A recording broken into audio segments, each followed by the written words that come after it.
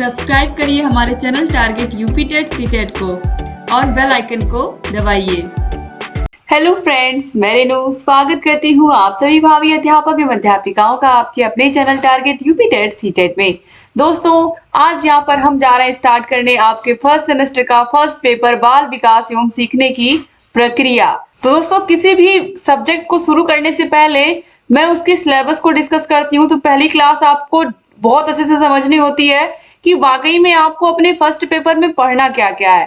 अगर आपने ये चीज समझ ली कि आपको क्या क्या पढ़ना है, तो आपके लिए जो पूरा का पूरा पेपर है बाल विकास एवं सीखने की प्रक्रिया, ये बहुत बहुत आसान हो जाएगा। तो चलिए स्टार्ट करते हैं। इसको हम समझने की प्रक्रिया यहाँ से शुरू करेंगे दोस्तों। तो हर रात आपको 7 बजे यानी कि शाम को 7 बजे और रात में 8 बजे 2 क्लासेस आपको देखने को मिलेंगी। तो आप इनको जरूर इस टाइम पर देखिएगा।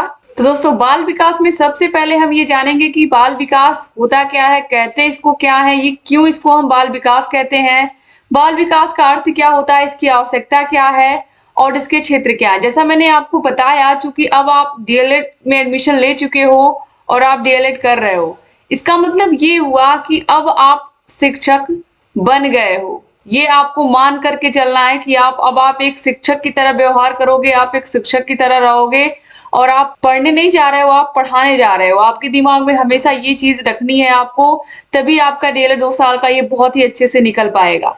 तो यहाँ पर देखिए, किसी भी शिक्षक को सबसे पहले जानने वाली जो जरूरी चीज होती है वो क्या होता है, क्योंकि एक शिक्षक का सबसे पहला दायित्व है कि जो उसके शिक्षार्थी हैं यानी कि जो उसके शिष्य हैं, जिन बच्चों को वो पढ़ाने जा रहे हैं, क्या वे उन बच्चों को अच्छे से समझ पा रहे हैं, उनके व्यवहार को समझ पा रहे हैं, बच्चा क्या आपसे कहना चाह रहा है, क्या आप उसकी मन की बातों को भी जान पा रहे हैं। ये सारी बातें जानना बहुत जरूरी है कि बच्चा आप जो पढ़ा रहे हो उसमें इंटरेस्ट ले रहा है कि नहीं ले रहा है, कितना उसको समझ में आ रहा है कि वो बिना बताए ही उसके आप जान पाए कि वो कितना समझा होगा। तो ये सारी चीजें आप तभी समझ पाओगे जब आपने बाल विकास बहुत ही अच्छे से पढ़ा हो। बाल विकास एवं सीखने की प्रक्रिया ये बहुत महत्वपूर्ण टॉपिक है। यहाँ पर तो आप पढ़ोगे ही इसको फर्स्ट सेमेस्टर में, और जब तक आप शिक्षक बन नहीं जाओगे तब तक ये विषय आपका पीछा छोड़ने वाला नहीं है। क्योंकि ये जो सब्जेक्ट है आपका बाल विकास, चाहे आपका सीटेट एग्जाम हो, चाहे आपका यूपी टेट हो, चाहे आपका सुपर टेट का एग्जाम हो, या चाहे कोई भी वैकेंसी आई हो, चाहे केवीएस की वैकेंसी हो, चाहे DSSB की वैकेंसी हो, कोई भी वैकेंसी आती है शिक्षक बनने की, या किसी भी अदर राज्य का टेट हो, बिहार टेट हो या फिर पंजाब टेट हो, या इस तरीके से अलग अलग राज्यों के टेट हो, उत्तराखंड टेट हो, सभी में जो बाल विकास है वो पूछा जाता है। तो इसीलिए बहुत महत्वपूर्ण है कि इस पूरे के पूरे पेपर को आप बहुत अच्छे से पढ़ लीजिए, जिससे आपको आगे समस्या ना हो। किसी भी एग्जाम में जब इस तरीके के प्रश्न आए तो आप उनको आसानी से कर पाए। तो देखिए, बाल विकास क्या है, इसका अर्थ और आवश्यकता, और बाल विकास की अवस्थाएं, ये दोस्तों यहाँ पर आपको बहुत अच्छे से इसको समझना है। जब कोई बच्चा जन्म लेता है तो जन्म से 5 वर्ष तक की अवस्था को हम शैशवावस्था कहते हैं। शैशवावस्था के बाद फिर बाल्यावस्था आती है, जो कि 6 से लेकर के 12 वर्ष तक होती है, और फिर किशोरावस्था आती है जो कि 12 वर्ष से लेकर के 18 वर्ष तक होती है। ठीक है, इस तरीके से। और इनके अंतर्गत बच्चे का क्या क्या विकास होता है, जैसे कि उसका कितना शारीरिक विकास होता है। सबसे अधिक शारीरिक विकास आपको पता है शैशवावस्था।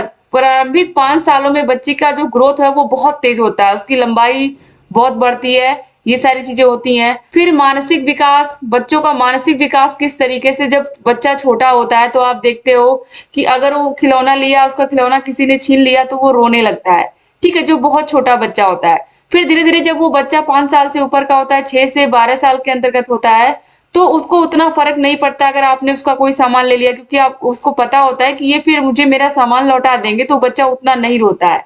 और वही किशोरावस्था का बच्चा है, उससे आपने खिलौना ले लिया, उसका कुछ भी ले लिया, तो उसको उतना कोई फर्क नहीं पड़ेगा।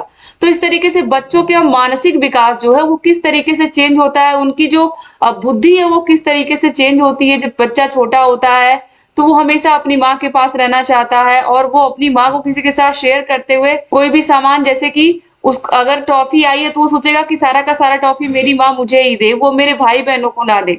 इस तरीके की भावना बच्चों के अंदर होती है, यानी कि जो भी लाड प्यार मिले वो मुझे ही मिले, मेरे और भाई बहनों को ना मिले, या इस तरीके से मुझे ही दुलार मिले। ये सारी चीजें होती हैं जब बच्चे बहुत छोटे होते हैं। लेकिन जब वो बाल्यावस्था में आते हैं तो उन्हें समझ में आता है कि भाई बहन भी इक्वली इंपॉर्टेंट है और इन्हें भी उतना ही प्यार मिलना चाहिए। फिर जब बच्चे किशोरावस्था में आते हैं तो उन्हें सही गलत और बहुत सारी चीजें धीरे धीरे समझ में आने लगती हैं। अपने आसपास के एनवायरनमेंट के बारे में वो और जानने लगते हैं, किस तरीके से व्यवहार करना है, ये सारी चीजें वो समझने लगते हैं। ठीक है, तो धीरे धीरे उनका मानसिक विकास भी होता है, बच्चों का बुद्धि भी बढ़ती है, बुद्धि लब्धि यानी कि आईक्यू, बुद्धि परीक्षण, ये जो यहाँ पर आप देख रहे हो बुद्धि लब्धि, बुद्धि परीक्षण, ये सब चीजों के बारे में हम बहुत ही अच्छे से पढ़ेंगे कि कितने प्रकार का होता है, क्यों होता है, इससे क्या लाभ होता है, इससे हमें क्या जानकारी मिलती है। अब इसके बाद देखिए बच्चे के संवेगात्मक विकास के बारे में हम पढ़ेंगे। बच्चे का संवेगात्मक विकास क्या होता है, संवेग होते क्या है, ठीक है। और संज्ञानात्मक विकास के अंतर्गत देखिए जीन पियाजे का सिद्धांत, जीन पियाजे ने संज्ञानात्मक विकास का सिद्धांत दिया था। इन्होंने अपने खुद के बच्चों पर प्रयोग किया था, इनके 2 बच्चे थे, दोनों पर इन्होंने प्रयोग किया था और जो प्रयोग इन्होंने अपने बच्चों पर पाया करने के बाद उसको इन्होंने एक पुस्तक में लिख दिया था, ठीक है। इसके बाद देखिए सामाजिक विकास पे हम आएंगे संज्ञानात्मक विकास के बाद। तो सामाजिक विकास का मतलब जब बच्चा घर में होता है, जब उसकी जो आयु होती है वो जन्म से लेकर के 5 वर्ष तक का होता है, तब एक तरीके से बच्चा बस उसकी जो दुनिया होती है वो उसके माता पिता, उसका परिवार, बस वही उसकी दुनिया होती है। मेनली उसका जो परिवार होता है, उसकी माँ, उसके पिताजी, उसके घर में दादी दादा, जो भी नानी नाना जो लोग भी हैं, बस वो उन्हीं के इर्द गिर्द रहता है और उस परिवार को ही अपनी दुनिया समझता है। लेकिन जैसे ही बच्चा 6 वर्ष का हो जाता है, वो जब स्कूल में जाता है 6, 7, 8, अब जिस भी ईयर में वो पहुंच रहा है, अपनी आयु में पहुंच रहा है, वो अलग अलग क्लासेस में जा रहा है, तो उसका जो सामाजिक विकास का दायरा है वो बढ़ता जा रहा है। जैसे ही बच्चा घर से निकल करके स्कूल में जाता है, वहां उसको बहुत तरीके के, अगर एक क्लास में 30 बच्चे हैं तो 30 में से एक तो वो खुद हो गया, बाकी जो 29 बच्चे हैं कहीं ना कहीं उन सभी से उसका कभी ना कभी इंटरेक्शन होगा ही, ठीक है। और उसके जो टीचर्स होंगे स्कूल में, उनसे भी उसका घुलना मिलना होगा, तो उसका जो सामाजिक विकास का दायरा है वो बढ़ेगा। क्योंकि आपको मैंने यहाँ पर एक बार मैं आपको ये चीज समझा दूं, क्योंकि आप अभी फर्स्ट सेमेस्टर में हो तो आपको बहुत सारी चीजें यहाँ पर नई देखने को मिल रही होंगी। तो यहाँ पर देखिए, यहाँ पर जो मानक है वो 30 ही है। याद रखिएगा कि एक कक्षा में मेनली कितने बच्चे पढ़ते हैं, तो अगर क्लास 1 to 5 की बात होगी तो 30 बच्चे होंगे। एक शिक्षक पर कितने बच्चे होंगे, 30 बच्चे होंगे। तो यहाँ पर इसीलिए मैं 30 बच्चों का ही एग्जाम्पल ले रही हूँ। और अगर जूनियर की बात करें, कक्षा 6, 7, 8 की बात करें, तो 35 बच्चों पर एक टीचर का होना आवश्यक है, ठीक है। तो यहाँ पर देखिए, अब अगर 29 बच्चों से उसका इंटरेक्शन हो रहा है तो 29 के 29 बच्चे अलग अलग जाति, धर्म, समुदाय से आते होंगे, तो वो अपने अपने संस्कार लेकर के आएंगे। तो वो उतनी सारी अलग अलग तरीके की चीजों को वो सीखेगा, अलग अलग संस्कारों को भी सीखेगा बच्चा। तो इस तरीके से उसका सामाजिक विकास होगा। फिर देखिए भाषा विकास। भाषा मतलब जो उसकी बोलचाल की भाषा है। जब बच्चा शुरुआत में थे, जब वो बड़ा होना शुरू होता है, 1 साल का हुआ, 2 साल का हुआ, तो अपनी मातृभाषा में ही वो अपने परिवार के लोगों की भाषा को समझते हुए वो धीरे धीरे और भी भाषाओं को सीखता है। तो भाषा विकास से क्या होता है, बच्चा क्या कहना चाह रहा है ये अच्छे से वो कह पाता है। तो भाषा विकास बहुत जरूरी है, क्योंकि भाषा अगर पता रहेगी, भाषा को बच्चा सही से बोल पाएगा, तो वो अपनी बातों को सही से रख पाएगा, तो उसे जो चाहिए वो उसे मिल पाएगा। फिर है सृजनात्मकता एवं सृजनात्मक क्षमता का विकास। तो सृजनात्मकता का मतलब होता है कुछ नई चीज डेवलप करना, कुछ नया करना, क्रिएटिव करना, जिससे लोग देख करके कहें कि इस व्यक्ति ने क्या कर दिया। तो ये बच्चों के अंदर कल्पना शक्ति का विकास हम कैसे करें, सृजनात्मकता का विकास कैसे करें, इन सारी चीजों के बारे में भी आप पढ़ोगे। फिर है इसके बाद व्यक्तित्व का विकास। व्यक्तित्व क्या होता है, व्यक्तित्व की परिभाषा आलपोर्ट के अनुसार बहुत महत्वपूर्ण है। ऑलरेडी मैंने इसको पढ़ाया भी था आपके इस पूरे के पूरे पेपर को, और मैं खुद अपने हाथों से लिख करके नोट्स बनाती हूँ। तो आप लोगों को जान करके अच्छा लगेगा कि आपको फर्स्ट सेमेस्टर में सारे के सारे विषयों के नोट्स मैं खुद अपने हाथों से लिख करके बनाऊंगी। फिर देखिए व्यक्तित्व का विकास, व्यक्तित्व का अर्थ, इसके प्रकार। तो जो व्यक्तित्व होता है वो अंतर्मुखी होता है, बहिर्मुखी होता है और उभयमुखी होता है। अब यहाँ पर एक एक का एग्जाम्पल मैं आपको समझाती हूँ। जैसे कि अंतर्मुखी जो व्यक्तित्व होता है, इसमें मुख्य रूप से आप देखोगे आपको लेखक मिलेंगे, ठीक है, या इस तरीके के लोग मिलेंगे जो अपने मन में ही रहते, अपने मन में अपनी बातों को रखते हैं, लोगों से कहने में, लोगों तक बात को पहुंचाने में थोड़ा झिझकते हैं और अपने तक ही सीमित रहते हैं, ज्यादा लोगों से मिलना जुलना पसंद नहीं करते। अब बहिर्मुखी का मतलब ऐसे लोग जो हमेशा समाज में आपको दिखते हैं, जो समाज के लोगों के लिए काम करते हैं, जो समाज में आपको हमेशा अच्छी चीजें करते दिखेंगे, जैसे कि नेता हुए या फिर अभिनेता हुए, जो अपनी बातों को क्या करते हैं, आसानी से रख पाते हैं। इसके अलावा वकील हुए, जो अपनी बातों को कहना जानते हैं अच्छे से। इसके बाद उभयमुखी, उभयमुखी में हम टीचर को भी रख सकते हैं कि जो जिनके अंदर अंतर्मुखी का भी गुण होता है और बहिर्मुखी का भी गुण होता है, उन्हें हम कहते हैं उभयमुखी। ठीक है, तो इस तरीके से ये आपको समझ में आ गया होगा कि इसमें क्या हमें पढ़ना है और क्या होता है ये। फिर व्यक्तित्व परीक्षण के क्या तरीके होते हैं और समायोजन के उपाय हमें पढ़ना है। व्यक्तिक भिन्नता, अर्थ, कारक एवं महत्व। दोस्तों, अगर एक घर में एक माता पिता के 4 बच्चे हैं, 4 में से 2 लड़के हैं, 2 लड़कियां हैं मान लीजिए, तो आप अगर ये 4 बच्चे हैं तो चारों के चारों का जो व्यवहार होगा वो बिल्कुल डिफरेंट होगा। वो 4 अलग अलग रास्ते अपनाएंगे, चारों सेम नहीं होंगे। तो 4 के चारों बच्चे हैं, चारों सेम नहीं है, तो आप सोचिए एक स्कूल में अगर 30 बच्चे आ रहे हैं 30 अलग अलग घरों से, तो उनमें कैसे समानता होगी, वो कैसे साथ में चुप बैठेंगे। ठीक है, तो इस तरीके से जो व्यक्तित्व भिन्नता होती है उसका मतलब यही है कि हर एक व्यक्ति का जो स्वभाव होता है वो अलग अलग होता है। कोई अंतर्मुखी होता है, कोई बहिर्मुखी होता है और कोई उभयमुखी होता है। ठीक है, इसके बाद आगे आते हैं, यहाँ पर देखिए कल्पना, चिंतन और तर्क का विकास के बारे में हम पढ़ेंगे। इमेजिनेशन क्या होता है, चिंतन क्या होता है, तर्क क्या होता है। फिर है बाल विकास के आधार एवं उनको प्रभावित करने वाले कारक, वंशानुक्रम, वातावरण। ये बहुत महत्वपूर्ण है कि बाल विकास यानी कि बच्चे के विकास को कौन कौन से प्रभावित करने वाले कारक है। सबसे पहला वंशानुक्रम, यानी कि माता पिता के जीन से जो गुण बच्चों को मिलते हैं ये वंशानुक्रम के होते हैं। और वातावरण से, यानी कि परिवार से, समाज से, विद्यालय से, खेल के मैदान से, ये सारी जगहों से जहां से बच्चों को शिक्षा मिलती है, ये होता है वातावरण। तो वंशानुक्रम आपको समझ में आ गया होगा, माता पिता के जीन्स होते हैं बच्चे के अंदर जो चले जाते हैं। इसके बाद देखिए अधिगम, अधिगम के बारे में हम पढ़ेंगे और ये बहुत बहुत इंपॉर्टेंट टॉपिक है। कभी कभी एग्जाम में बाल विकास में दोस्तों 20 नंबर इसी से पूछ लेगा। आप देखोगे तो अधिकतर क्वेश्चन इसी चैप्टर का मिल जाएगा, कभी कभी ऐसा होता है। तो दोस्तों ये जो यहाँ पर देखिए अधिगम, जो आप यहाँ पर शब्द देख रहे हो, ये आपके लिए बहुत ही टफ लग रहा होगा, लेकिन इसका अर्थ होता है सीखना, यानी कि लर्निंग। दोस्तों आपको पता है कि हम जब से इस पृथ्वी पर आते हैं, यानी कि जब से पैदा होते हैं, जीवन भर हम कुछ ना कुछ सीखते रहते हैं अपने जीवन के अलग अलग फेज में। तो अधिगम यानी कि सीखने को कौन कौन प्रभावित करता है, तो जब हमारी अपब्रिंगिंग अच्छी होती है, जब हमारा जो हमारे आसपास का एनवायरमेंट होता है वो अच्छा होता है। जैसे कि एक बच्चे को आप जंगल में छोड़ दीजिए, एक बच्चे को नॉर्मली आप शहर में रख करके पालिए या गांव में रख करके पालिए, तो आप देखोगे दोनों की जो अपब्रिंगिंग होगी वो अलग अलग होगी, लोगों की दोनों की सोच बहुत डिफरेंट होगी। एक बच्चा जो जंगल में है वो शिकार करके वो अपना भोजन करेगा और वो दिन भर शिकार की तलाश में ही रहेगा और वही उसका जीवन बन जाएगा। दूसरा बच्चा जो घर में है या फिर गांव में है या फिर वो शहर में है, तो वो बच्चा धीरे धीरे बड़ा हो रहा है, फिर वो पढ़ेगा लिखेगा, फिर वो और भी बहुत सारी चीजें करेगा। तो इस तरीके से उसका परिवार, उसके आसपास के लोग, उसका विद्यालय, सभी उसके क्या होंगे, सभी उसके एक तरीके से वातावरण का काम करेंगे उसके लिए।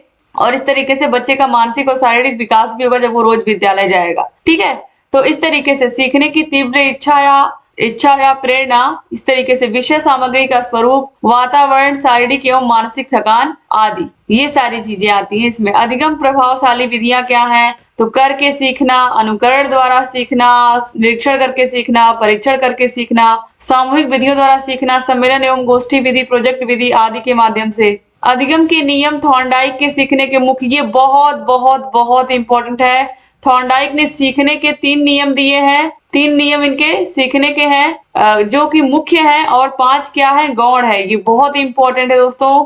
और सीखने में इनका क्या महत्व है, तो अभ्यास का नियम, तत्परता का नियम और प्रभाव का नियम, यही 3 नियम है जिनको आपको बहुत अच्छे से मैं याद करवाऊंगी और क्लासेस भी अच्छे से लूंगी। अधिगम के प्रमुख सिद्धांत तथा कक्षा शिक्षण में इनकी व्यवहारिक उपयोगिता, तो थॉर्नडाइक का प्रयास और त्रुटि का सिद्धांत, पावलो का संबद्ध प्रतिक्रिया का सिद्धांत हम पढ़ेंगे, स्किनर का क्रिया प्रसूत अधिगम का सिद्धांत, कोलर का सूझ या अंतर्दृष्टि का सिद्धांत, पियाजे का सिद्धांत, वाइगोट्स्की का सिद्धांत, ब्रूनर का सिद्धांत, सीखने का वक्र, अर्थ प्रकार सिद्धांत, सीखने में पठार, अर्थ कारण एवं निवारण, इन सारी चीजों के बारे में हम पढ़ेंगे। सीखने का स्थानांतरण क्या होता है, अर्थ प्रकार सिद्धांत एवं सीखने सिखाने में स्थानांतरण का महत्व, ये सारी चीजें हम सीखेंगे। फिर आता है अभिप्रेरणा या अभिप्रेरण। ठीक है, इसमें देखिए अभिप्रेरणा का अर्थ क्या है, प्रकार क्या है, महत्व क्या है। तो अभिप्रेरण की कौन कौन सी विधियां होती हैं, जैसे कि रुचि, सफलता, प्रतिद्वंदिता, सामूहिक कार्य, प्रशंसा, पुरस्कार, ध्यान, खेल, सामाजिक कार्यक्रम में सहभागिता, अच्छा का वातावरण आदि। फिर है सीखने सिखाने के संदर्भ में तथा विद्यालय व्यवस्था के संदर्भ में समुदाय के सक्रिय सदस्यों, ग्राम शिक्षा समितियों, विद्यालय प्रबंध समिति तथा अन्य प्रकार की विद्यालय समितियों के सदस्यों का अभिप्रेरण करना, जिससे सभी लोग अपने काम को अच्छे से कर पाए। तो देखिए ध्यान, ध्यान का अर्थ, ध्यान का प्रकार, ध्यान को प्रभावित करने वाले कारक एवं बच्चों का ध्यान केंद्रित करने के क्या क्या उपाय हैं। फिर रुचि, स्मृति और सांख्यिकी हम पढ़ेंगे। रुचि का मतलब आपको पता ही है कि आप जैसे आप अगर आपसे कोई पूछे कि आपका फेवरेट सब्जेक्ट क्या है, तो इंग्लिश, साइंस, मैथ, जीके जो भी आपका फेवरेट सब्जेक्ट होगा वो आप बताओगे। तो यहाँ पर देखिए अर्थ, प्रकार तथा बच्चों की रुचि का परीक्षण एवं रुचि उत्पन्न करने की विधियां, अधिगम में रुचि का क्या महत्व है, ध्यान और रुचि का क्या संबंध है। अब आप देखिए जिस चीज में आपकी रुचि रहेगी आप उसी चीज में ध्यान लगा पाओगे। जैसे आपको साइंस पढ़ना अच्छा लगता है तो आप साइंस में रुचि भी लोगे, उसको ध्यान से पढ़ोगे भी। और अगर किसी विषय में आपका इंटरेस्ट नहीं, जैसे कि मैथ में इंटरेस्ट नहीं है, ध्यान नहीं लगता, तो आपका उसमें रुचि भी नहीं है। फिर है स्मृति, अर्थ तथा प्रकार, अच्छी स्मृति के प्रभावी कारक, विस्मरण का अर्थ, कारण एवं महत्व, सांख्यिकी, अर्थ, महत्व एवं आंकड़ों का रेखा चित्रण, निरूपण, माध्य, माध्यिका एवं बहुलक आदि। और इस तरीके से यहाँ पर आपका पूरा सिलेबस खत्म होता है। तो उम्मीद करती हूँ कि आपको ये पूरा का पूरा पहला क्लास देख करके अच्छा लगा होगा। दोस्तों अगर चैनल को सब्सक्राइब नहीं किया हमारे तो प्लीज सब्सक्राइब कर दीजिए। नीचे आपको दिख रहा होगा सब्सक्राइब बटन, उसको सब्सक्राइब जैसे ही करोगे आप सब्सक्राइब लिख करके आ जाएगा और एक बगल में घंटी का निशान होगा, उस पर ऑल पर क्लिक कर दोगे तो ऑल नोटिफिकेशंस आपको मिलेंगी। इस क्लास को शेयर करना मत भूलिएगा। Thank you so much class को पूरा देखने के लिए। ये आपकी फर्स्ट क्लास थी, आपको कैसा लगा आप जरूर कमेंट करिएगा। तो यहाँ पर पूरे बाल विकास में आपको क्या पढ़ना है मैंने अच्छे से समझा दिया। अब कल से हम बाल विकास का अर्थ, परिभाषाओं के बारे में पढ़ेंगे और उनके कुछ जो कथनों को उन्होंने कहा है उसके बारे में भी हम पढ़ेंगे, जो लेखकों के अलग अलग कथन है। तो इसको जरूर शेयर कर दीजिएगा इस पूरी की पूरी क्लास को। तो शेयर करना मत भूलिएगा और जहां कहीं कोई भी डाउट है आपको आपके फर्स्ट सेमेस्टर में आप कमेंट करके पूछ सकते हैं। तो ये आपका फर्स्ट पेपर हो गया बाल विकास, दूसरा है शिक्षा अधिगम, उसको भी मैं बहुत अच्छे से पढ़ाऊंगी। तो thank you so much class को पूरा देखने के लिए। और जहां कहीं कोई भी समस्या आ रही है, कहीं कोई चीज समझ में नहीं आ रही, तो हम आपके लिए लगातार तत्पर रहते हैं और आगे भी रहेंगे। तो दोस्तों मेहनत करते रहिए और लगातार आपके लिए क्लासेस लेकर के आते रहेंगे और आपकी तैयारी को और बेहतर बनाते रहेंगे। थैंक यू सो मच एक बार फिर से आप सभी का। और जहां कहीं कोई भी डाउट हमसे पूछते रहिएगा। Thank you so much class को पूरा देखने के लिए। रेगुलर क्लास लेकर के आते रहेंगे और आपकी तैयारी को और बेहतर बनाते रहेंगे। जय हिंद दोस्तों।